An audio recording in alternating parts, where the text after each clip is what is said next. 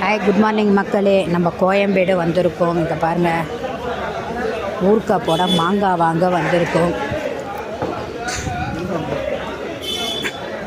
ஒன்று காலையில் வந்திருக்கணுங்க. நான் இப்போ வந்துட்டேன். வெயிலில் வந்து மாட்டியாச்சு. அப்படியே தேடி பார்ப்போம் ஊறுகாய் போடுற மாங்காய் எங்கே இருக்குன்னு.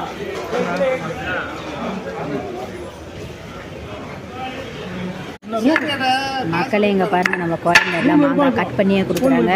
ரேட்டு தாங்க அதிரி போகுது. கத்தி இல்லைங்க, கத்தி இருந்தால் நம்ம ஜம்மன் கட் பண்ணிடலாம். அருவாமனையா இல்லை, கட் பண்ணுறதுக்கு ஒரு ப்ரைஸு.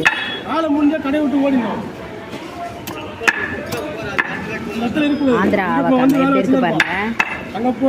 மொத்தம் 15 கிலோ இருக்குன்னு நினைக்கிறேன்.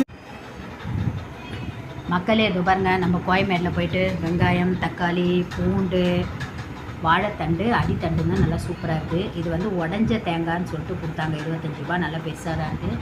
தண்ணி வந்து நான் அங்கேயே உடச்சி குடிச்சிட்டேங்க, அவ்வளோ சூப்பராக இருந்துச்சு. இது பாருங்கள், புளிச்சக்கீரை. இங்கே பாருங்கள், நம்ம கோயம்பேடில் போய் ஆவக்காய் மாங்காய், அதாவது ஊறுகாய் மாங்காய் கட் பண்ணி அங்கேருந்தே வாங்கிட்டு வந்தாச்சு மக்களே. இப்போ நம்ம இந்த பேஷன் ஃபுல்லாக இப்போ நம்ம போட்டு வச்சா தான் 3-4 நாள் ஊறணும். அப்போ தான் டேஸ்ட்டு நல்லாயிருக்கும். இப்போ செய்கிறதுக்கு ப்ராசஸ் ரெடி பண்ணிடலாம். வெயிட் பண்ணி பாருங்கள். 5th பேட்ச் நம்ம போடுறது இப்போது. மொத்தம் வந்து இது 13 கிலோங்க இந்த மாங்காய். ரேட்டு கொஞ்சம் கம்மிங்கிறாங்க, ஆனால் அப்படியெல்லாம் கிடையாது. 13 கிலோ மாங்காங்க இது. இது இன்னும் 3 நாள் நல்லா ஊறணும். அதுக்கப்புறம் தான் நம்ம எடுத்து ஸ்டோர் பண்ணி வைக்கணும்.